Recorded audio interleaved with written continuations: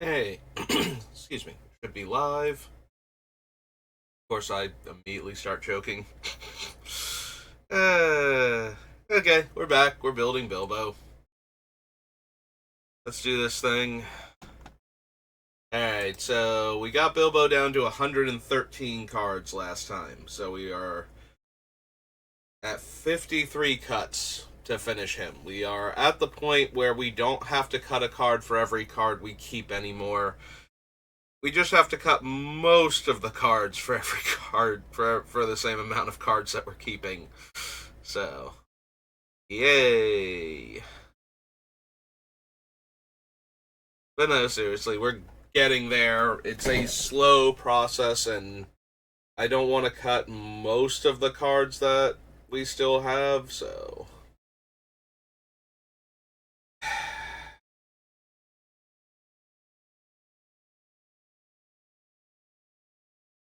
but we're going to because I wanted to build a Bilbo deck. As I'm building him, though, I'm wondering if conceptually this deck wanted to be like mono white or white black or white green, like just one of the color pairs instead of both. Like, you lose a whole lot from some aspects of the deck to go mono white. Like, we lose um the no mercy effects from black, except for Michiko. Which is a really cool thing because it makes it super hard to kill us without indestructible creatures at that point. Like, everything that hits us dies, and our life total just will not deplete because of all of our other cards. But yeah, and if you lose green, you lose some of the other life gain synergies and redundant life gain cards that we have that let us what you would call it, they let us double up and triple up on certain effects. Also, we lose a lot of the really good token makers, like the one card is 5 bodies level of token makers. Like white only has um like one body is like 3 creatures. Like one physical card is 3 creatures a lot of the time. Things like the Captain of the Watch or Geist Honored Monk. Like, there's no deranged Hermit caliber cards. So White's only real recourse for that is something like Mere Battlesphere. So there's that. Also, we lose out on some of the better artifact and enchantment hate, especially Aura Shards. And if we lost out on black, we would also be losing out on Sylvan Library in green, like some decent exchange life for cards, card draw to make up for not having the black exchange life for cards, card draw that we do have in the deck. So there's definitely downsides to being mono white. Also, we would lose all of the green based ramp, so our ramp would be probably a lot more artifact heavy at that point. Like, a lot of our ramp would be mana rocks. Because I'm not a huge fan of whites. If opponents have more lands than you can get a land to catch back up. Now, granted, there are a lot of players out there who are ramping with lands, so you can usually find one of those to help you out, but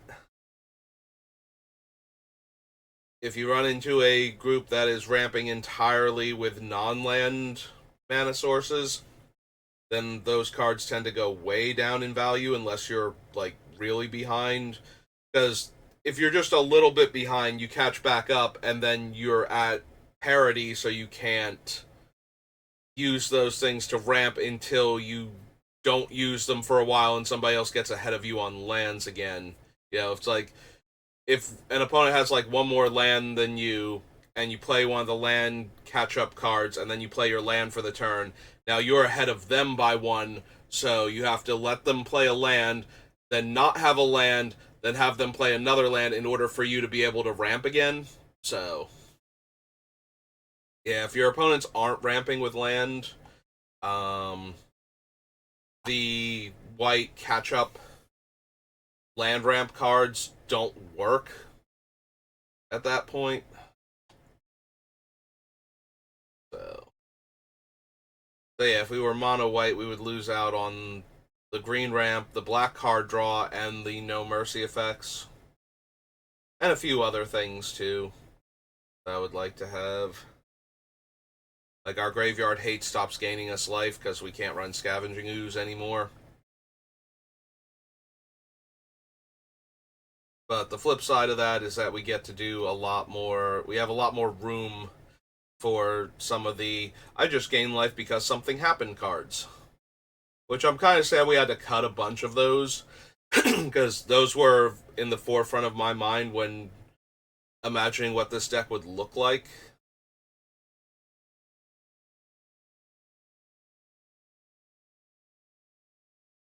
I wonder if we're going to wind up losing Vesperlark. We have Revelark, who can hit a lot more creatures and who hits two of them. But we have a large number of one power creatures, including Deranged Hermit and one of its variants. So it's very easy for us to get the Hermit, one of the Hermits back, and make like 5 creatures in play because of that. So that is not terrible. We also might ultimately wind up losing Sithis.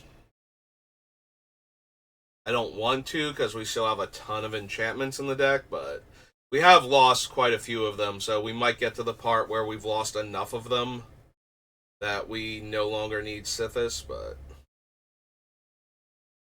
there's too many life gain cards, life gain payoffs, and things like, removal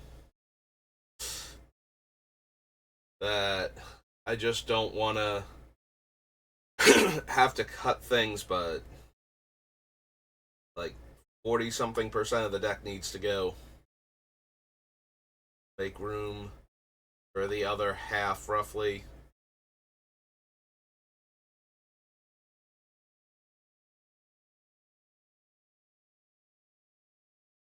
Do I actually need Prize Pig?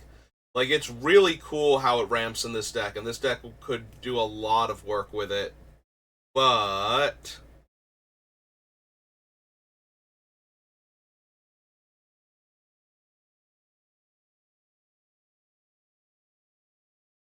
I did cut the other mana dork, the what's its name? The Accomplished Alchemist or something that taps for mana based on the life I've gained.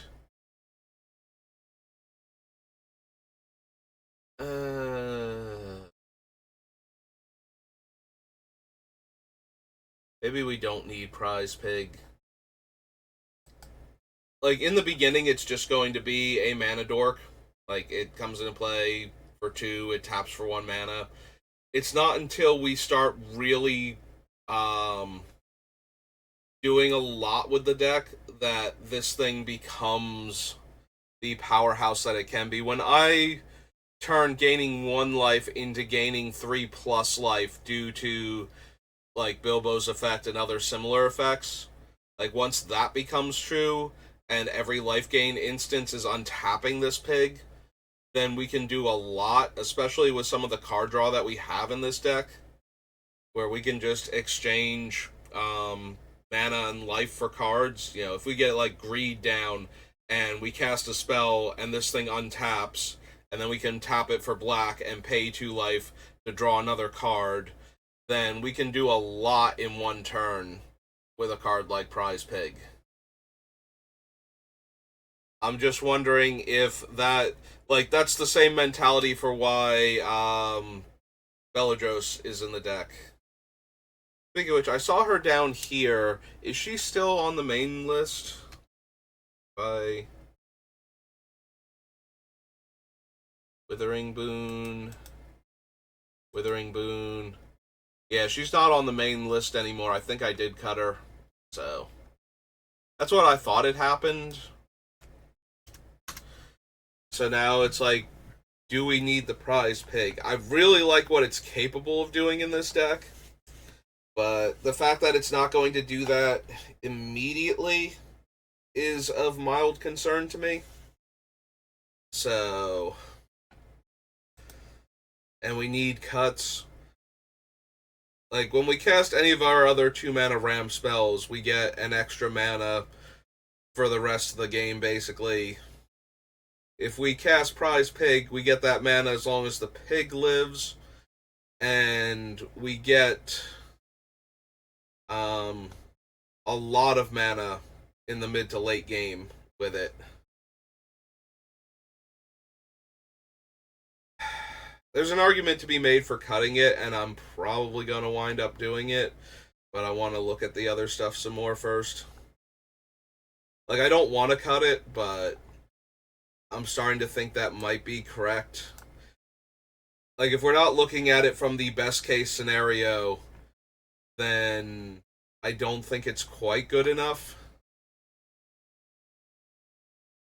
But that best case scenario is just awesome when that pig is doing its thing, and it's just, I'm untapping every single time you cast a spell and adding more mana. You just keep chaining spells together and drawing more cards, and I'll be over here.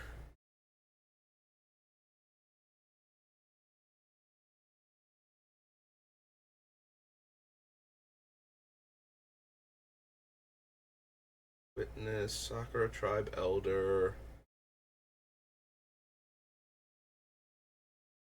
Says Divining Top, Michiko Konda. Leyline, Angel's Grace, Essence Warden, Rift Sweeper. Okay, so Rift Sweeper is on the list because I want to be able to get cards back that get exiled by my opponents. Like, if my goal is to outlast them and they think they can exile enough of my cards to get to the part where I'm going to have an issue continuing to play the game, Rift Sweeper is a really good counterpoint to that. Especially with the ways we have to blink him still in the deck, so that way I can get a card back every single turn shuffled into my deck from our exile pile. So the only way an opponent can legitimately mill us out that way is with some, like, constantly blinking Gonti, for example, because the cards he exiles are face down, so even if they don't cast them, we can still never get those cards back.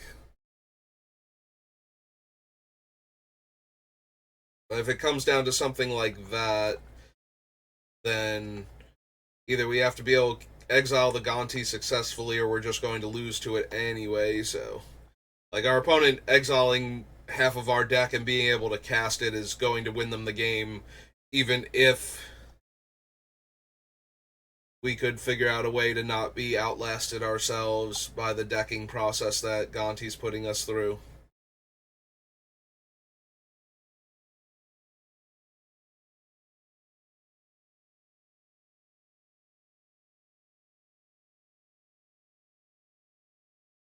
Maybe. I don't want to cut Avacyn, but we don't have a way to cheat her into play at all. So it's really hard for her to protect all of our cool enchantments and artifacts if she never, if we never have 8 mana to cast her, or if she gets countered on the way down, or if she gets exiled immediately after I play her. You know, like, yes, once she's in play, my stuff is golden until she goes away.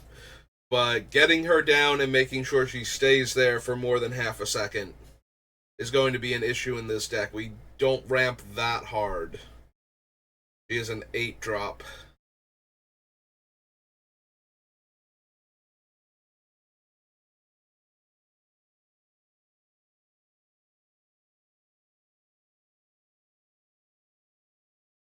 Yeah, even looking at the 2/7s that are directly below her, I'm like, I kind of need those. Those are very good in my deck and part of the strategy.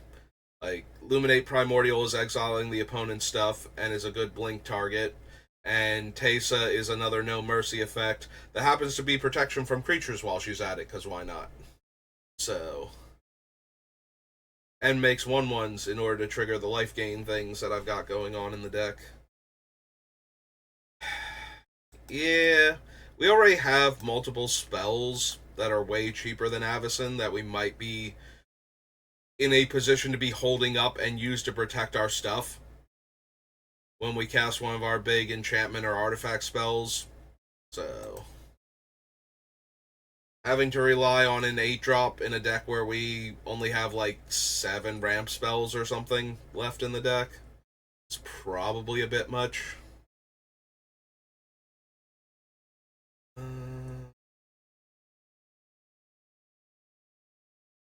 There's a very real chance we're cutting Sunscorch Regent, and I hate that. Like, I don't need a big dumb dragon, but I love gaining a life whenever any of our opponents does basically anything. Like, that just seems like such a thing that this deck is trying to do anyway that I don't want to cut it. I don't want to cut most of these, so maybe it's gonna go anyway.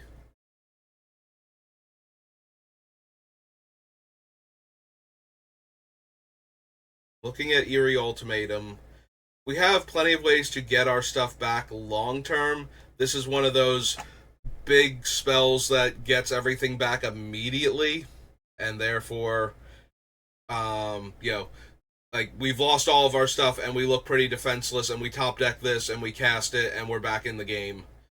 You know, assuming that nobody's exiling our graveyard on top of everything else that's going wrong. So,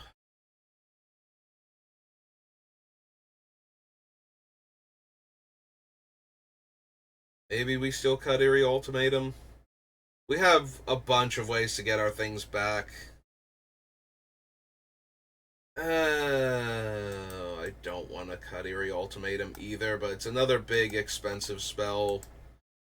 Where this deck feels like it is mostly cheap stuff.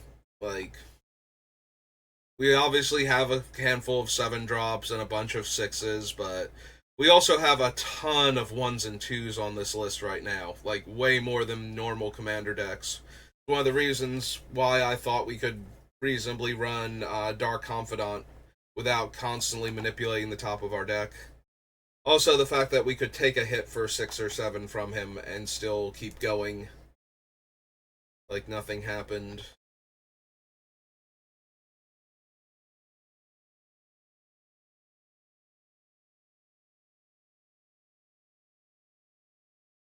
Root the Worthy, Vesper Lark, Winds of Abandon, Shatterfang, Sithis.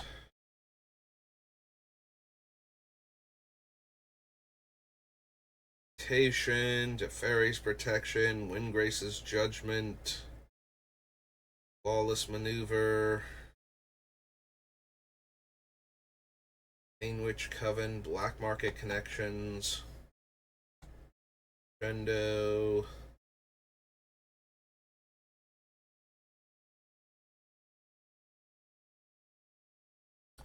there's that Prize Pig again.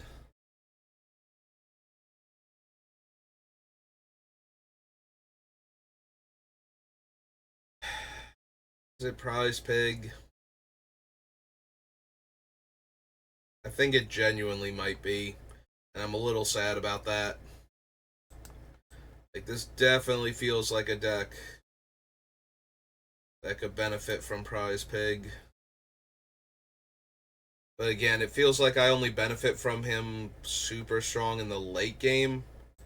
So if I play him early and he's a mana dork and then he dies, I just shrug. And then when I play him in the mid to late game, if we get back to my turn and he's still alive, we should be able to just annihilate everybody.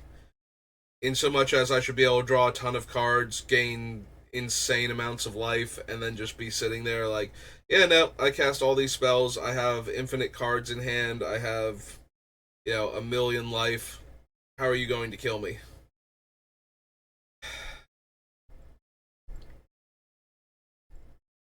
Because we don't actually want to win the game, nor do we win games.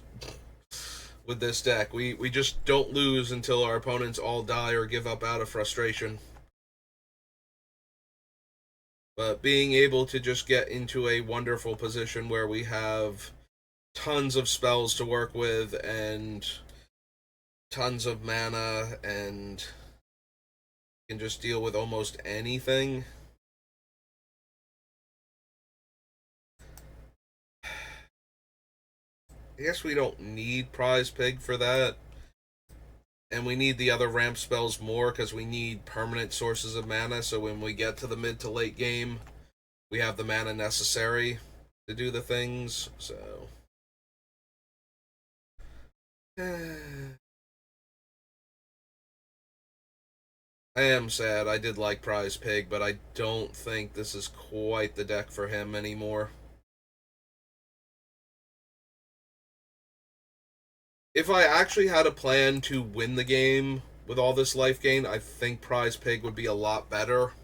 But there would also be a bunch of cards that wouldn't be on this list if that's how we were going to do it, and a few cards that we never added to the list that should be on here, like, you know, Archangel of Thune and what's his name, Heliod Suncrowned, and then we would have like we can remove counters to do things, creatures like um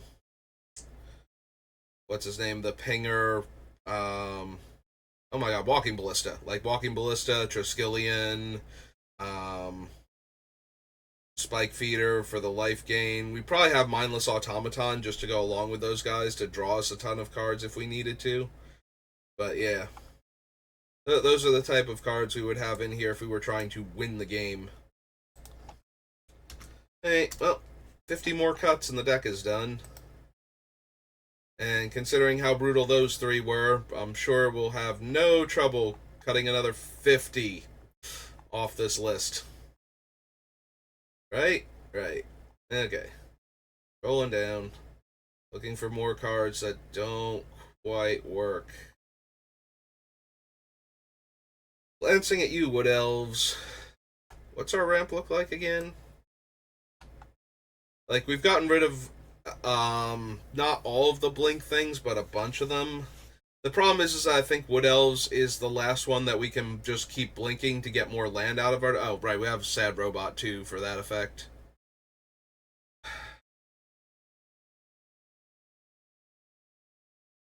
So yeah, those are the two that we can blink to get more land out of our deck.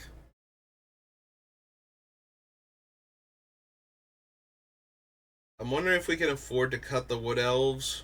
Like, Sad Robot gives us a card draw when it dies, and the other things just keep making more mana anyway, or our card advantage. So this is the only 3-drop that is a one-shot if we don't blink it and doesn't do anything else. And I need cuts. Soul Ring, Nature's Lure, Psalm Simulacrum, Farseek, Oracle, Awakening Zone, Lotho, 3 Visits, Signet, and Black Market Connections become our mana, like our extra mana sources at that point. I think that's enough? Question mark. So maybe Wood Elves. What else we got?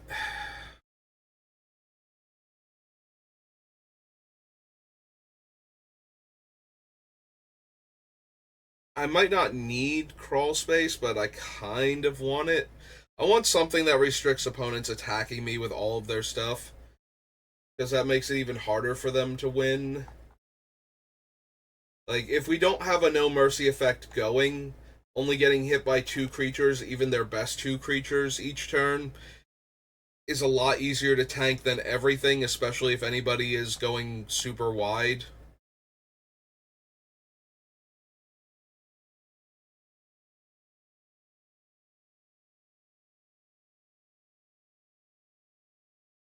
Also, if it just cuts off like a 3/3 attacking us because they have like 2/3/3s and a 6/6, and we're taking 9 instead of 12, that's still saving me 3 damage a turn.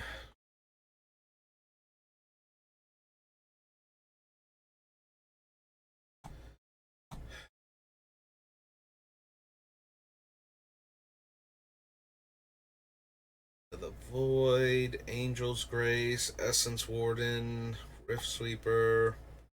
Might be going. I do like Rift Sweeper in the deck. It gives an extra layer of inevitability to this deck that it's hard to exile all of its stuff even.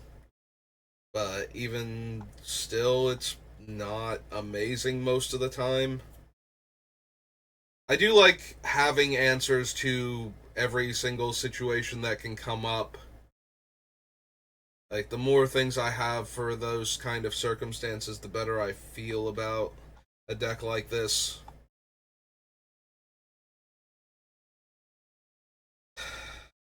It could be Mentor.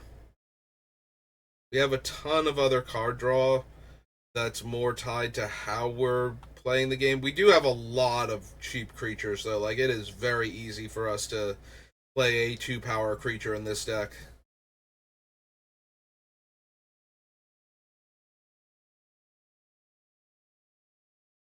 Like, that is most of our creatures.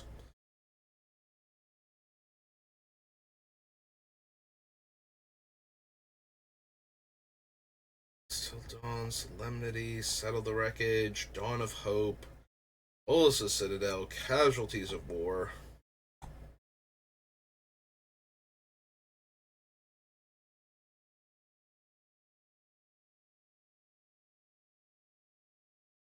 Hmm. So the argument for getting rid of a card like Valkyrie Harbinger is that it's a big dumb flyer that makes a bunch of other big dumb flyers. But if we don't have any big dumb flyers, then flying creatures can attack us as long as we don't have, a no mercy effect up, and they just get to keep swinging at us, and we can't do anything about it. Whereas if we have an army of 4/4 flyers, the problem with that is that when we have an army of vigilant 4/4 flyers, there's no reason not to kill our opponents that don't have an army of flyers. So that's kind of a downside, and we will have an army of flyers in this deck with the way it works. It's one of those problems, like, if we don't have giant flyers, we can't stave off large numbers of flying creatures. But if we do have large armies of flyers, then we might just win the game in the air, which is not what the deck is supposed to be doing. And I'm looking for cuts. So it becomes a do I cut Valkyrie Harbinger then? Slouching so hard in this chair that the pillow is starting to fall off the chair with me. I keep sliding forward. Let's adjust a bit. And let's think about this. Again, upside, lots of big flying blockers. Makes it very easy to chump most large attacking flyers, like actual huge ones, full on dragons and whatnot. And if we make 2 or 3 of them, we can basically block anything. Like, 3 angels blocks Emrakul, promised ending kills her, and since they're vigilant, we might not even lose. Like, they'll have to kill the Harbinger itself attacking into Emrakul when they use the extra turn. Or the, whatchamacallit turn, the Mindslaver turn. So,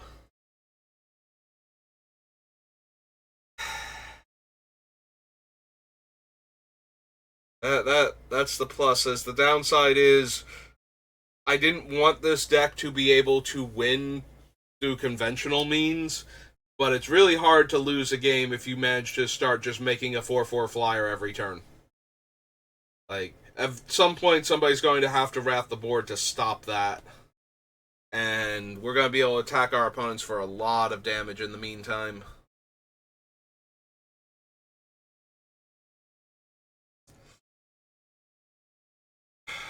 There's her, and there's the other one that can gain lifelink for like 6 mana and like buff its power and toughness up enough to gain enough life to make the other angel. Like, we already cut the other 2 in Accord and um the Eagle Lord.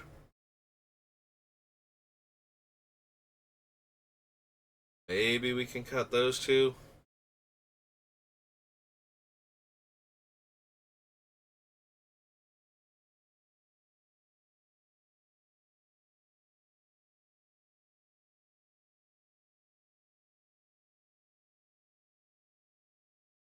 Bywater, One Ring, Bear, Elixir, Sarah, Faithmender, Archive, Strength of the Pride, Idol.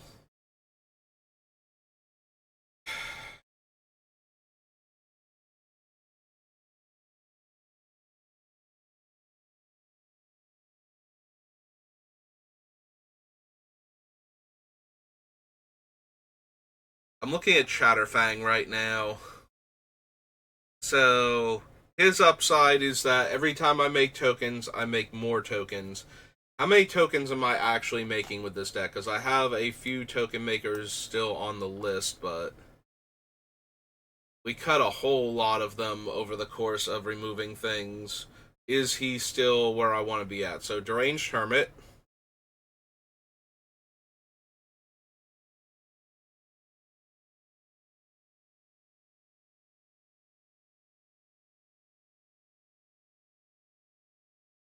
Chico. Ghost Grace, Essence Warden, Rift Sweeper, Dread,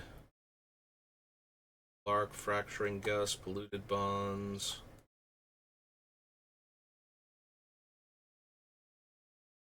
Avenger, Awakening Zone.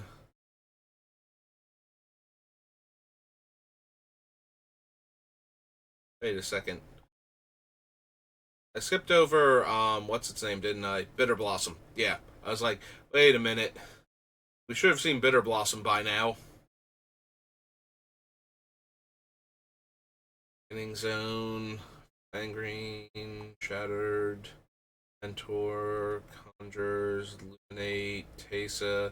Tesa does make tokens if things hit me.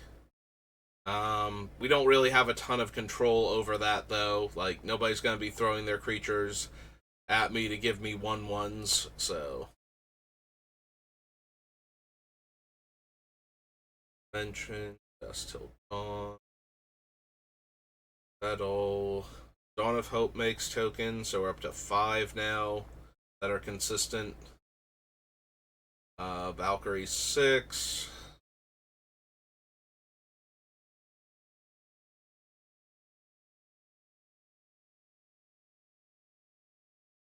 Lothos 7. Barador's 8. Bywater is 9, but Bywater won't make tokens off of because it'll kill Chatterfang first. So, never mind, we're back down to 8. The Shire is 9. Hope I didn't miss any other non-creature token makers.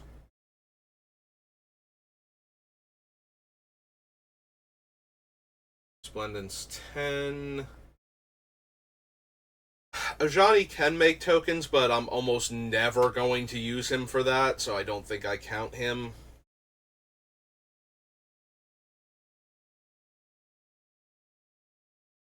Deep Forest is 11. Recruit is 12.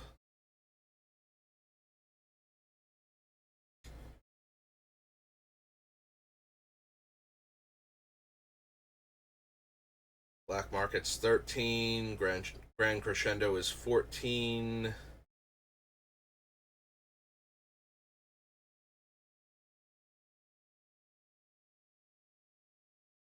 So right now we have 14 other token makers in the deck that can interact with Chatterfang.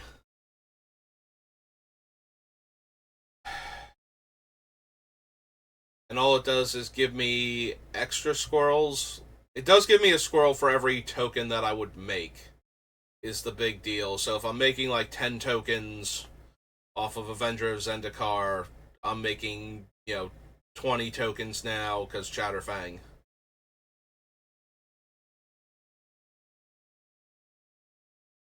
At that point, though, would I be better off if Chatterfang were just doubling season, essentially? Or since I don't need doubling season, like I don't need the um, +1/+1 counters if he was just like anointed procession. because he currently dies to most of my board wipes that leave my little creatures behind.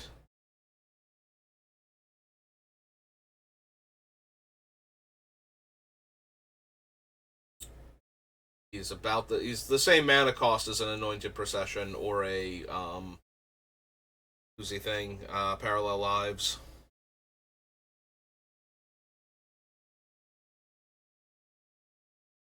Eh.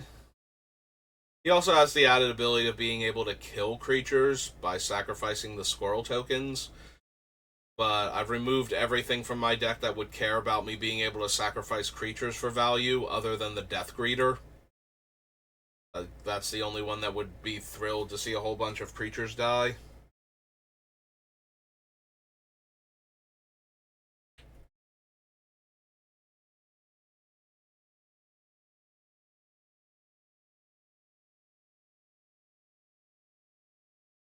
Yeah, he's in contention for getting cut too at this point, I feel like.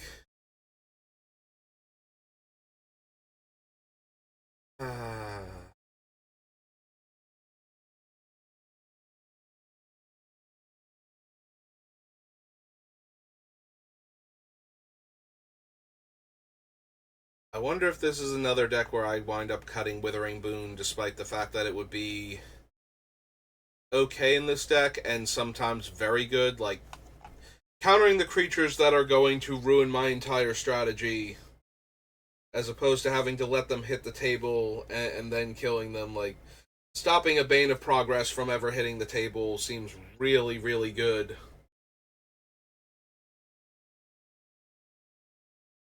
I don't know if that is in and of itself good enough, because we do have a couple ways to save all of our things from a card like that. Maybe that's true. Maybe we have enough ways to stop that from happening that I could theoretically cut Withering Boon. Yeah, let's. I think we can actually safely do that. Get down to 109.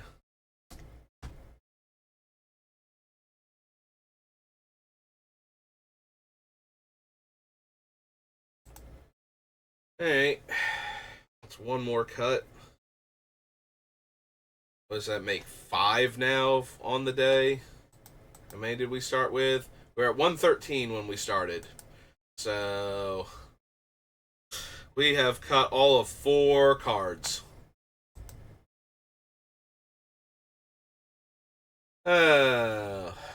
We've cut 4 cards. It's been 38 minutes. We are cutting a card every 9 minutes, roughly. Oh, this is so slow.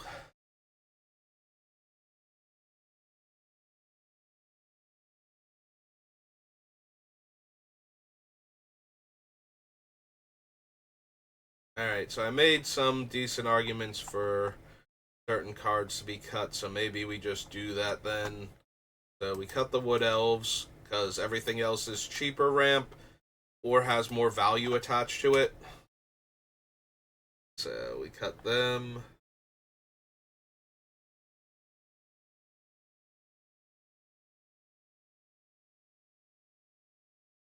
Robot, well, Streams, Aria Champion, Crucible. I think we cut Ramunap, right? Like, we were debating between the two of them, and ultimately I decided to cut the Ramunap and keep the Crucible.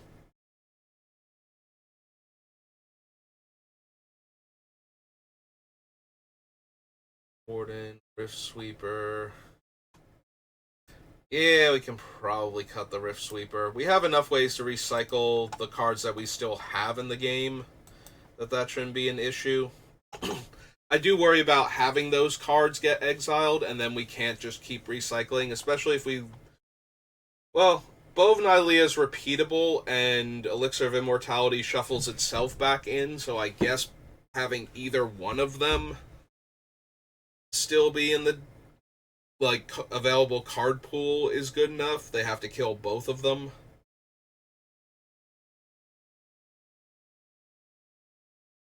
Which is not impossible, it's just 2 cards, but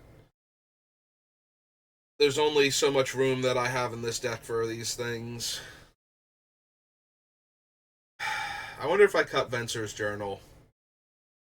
I'm certainly capable of having an insanely large hand size, but I think this slot might just need to be Reliquary Tower and the lands to give me the maximum hand size, so that way my Necropotence and my Well of Lost Dreams and whatnot aren't issues. Mentor, Nevermore.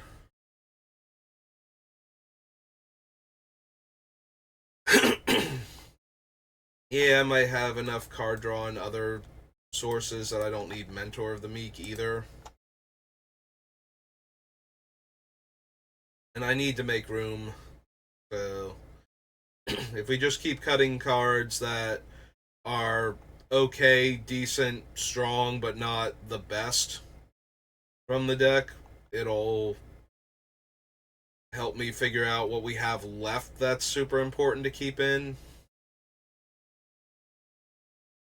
Yeah, I keep coming back to the Harbinger. Like, the other one is a 3-drop at least, so it might come down a bit easier.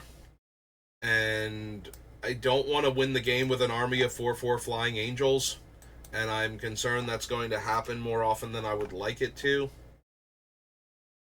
And it is one of the cards that I keep thinking about cutting, and we need to make cuts, so let's go ahead and do that.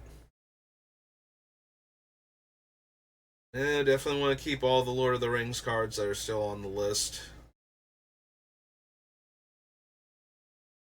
Yeah, we keep Resplendent Angel. It's very easy for us to gain 5 life in a turn, so that should keep functioning properly.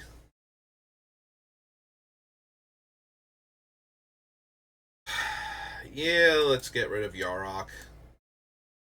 Or the Fenlurker, rather.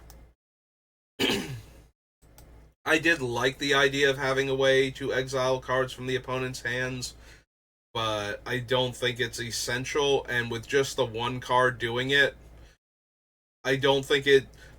The times where it would really matter, where opponents have a bunch of cards in their hand, and I need to bleed out resources, they're going to keep drawing cards at least as fast as I'm exiling them, because I only have one way to blink this thing every turn.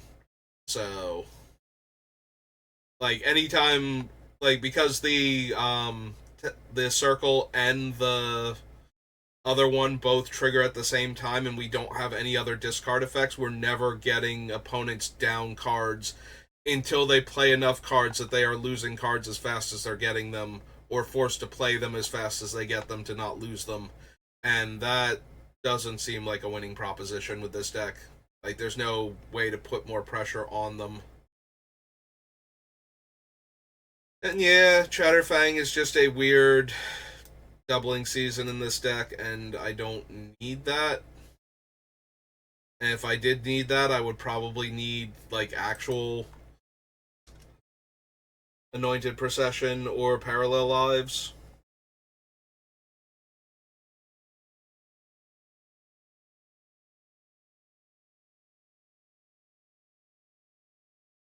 Alright, so...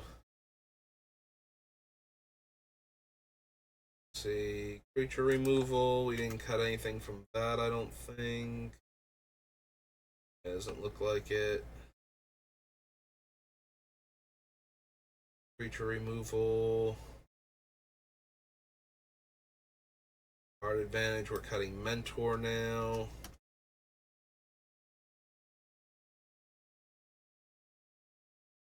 Ramp, we're cutting Wood Elves.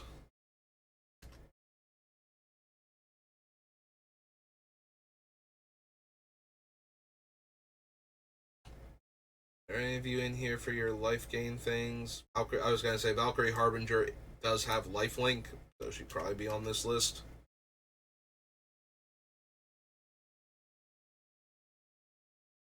Alright. So 1, 2, 3, 4, 5. Looks like 6, but it also looks like something might be getting cut off at the bottom. So if we delete Chatterfang, is there anything under Rift Sweeper? What else? Okay, so 102 then.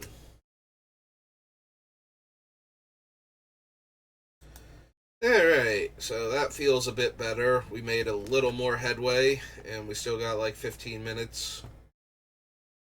So.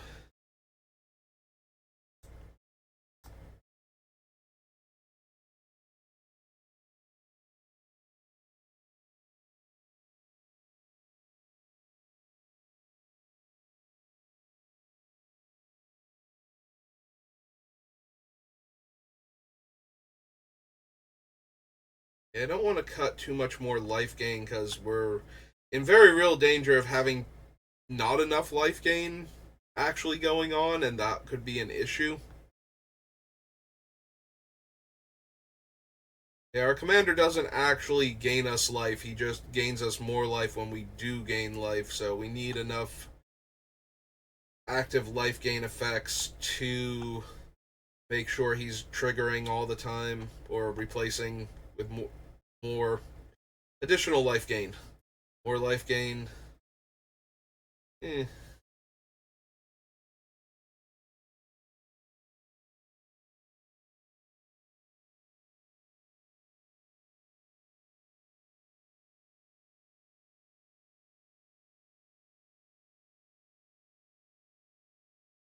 Yeah, because I keep coming back to Sithis. I think she still gets to stay.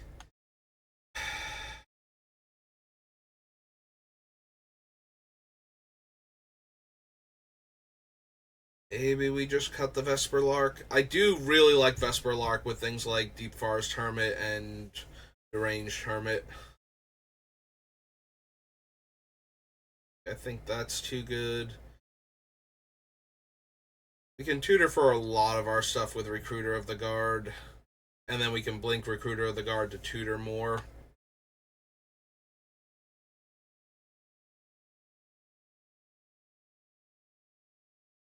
Send in 3 visits.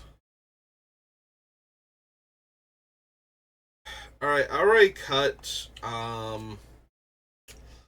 what's its name? The Boon Reflection. Now I'm looking at Alhamrat's archive.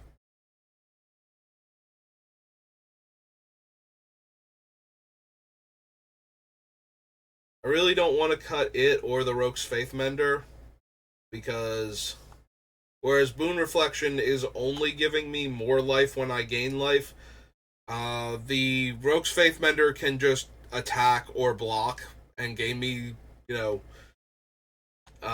theoretically like 4 life is very reasonable. Like just him and Bilbo out, change the 1 life gain to 2, then 2 to double.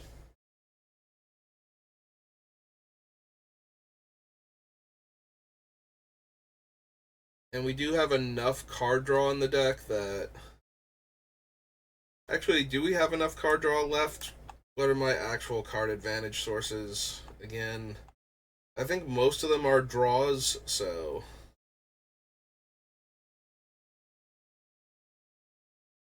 We have Sithis, we have the One Ring, Dawn of Hope, Well of Lost Dreams, Greed. We also have like one shot card draw things, like Sad Robot Dying. How many other things do we have like that, where we draw a card for something happening and then it's done? Because maybe it is Alhamrat's archive then. Cards. Elder. So Sad Robot's another like one shot. We would draw 1 card, we get to draw 2.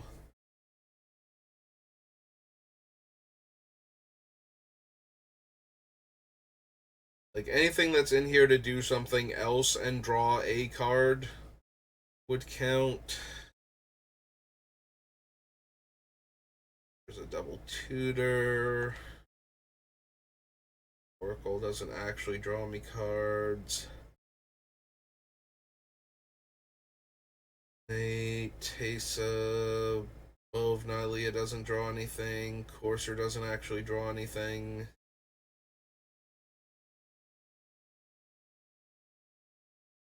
Nope, she would gain me life in theory. Making, Intervention, Dust to Dawn, Solemnity, Settle.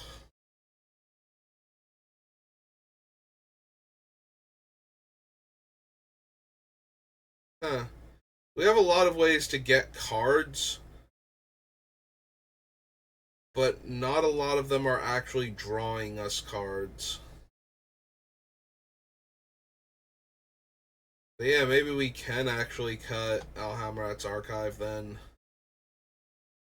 I can't believe I had to spell that stupid thing's name again. And we're gonna wind up cutting it. I was so sure that was gonna make the deck when we started. No, seriously, are any of these drawing cards? I kind of like let my brain wander while thinking about cutting Alhamrat's archive when we got back to it. Protection, judgment, maneuver. Black Market Connections does, and I believe that was on the list below.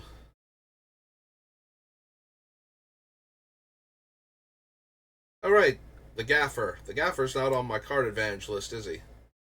Or I glossed over him? Yeah, Gaffer's not on the list. Gaffer, why are you not down here in my card advantage section? Like, he's repeatable card draw for having gained the life, so doubling up on the life gain makes it easier to trigger him. Ooh, just hit my headset again.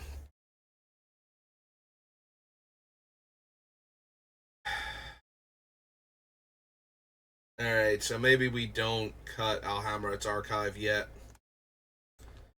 Alright, well, we're down to 102. So we cut 11 cards in an hour, which is actually a pretty good pace for how this deck has been. So yeah, I think if I keep staring at it for another hour, we're not going to make a ton of progress, so I'm going to call it there. And that'll be it for today. So thank you for watching, and I will see you next time. Have a good rest of your day.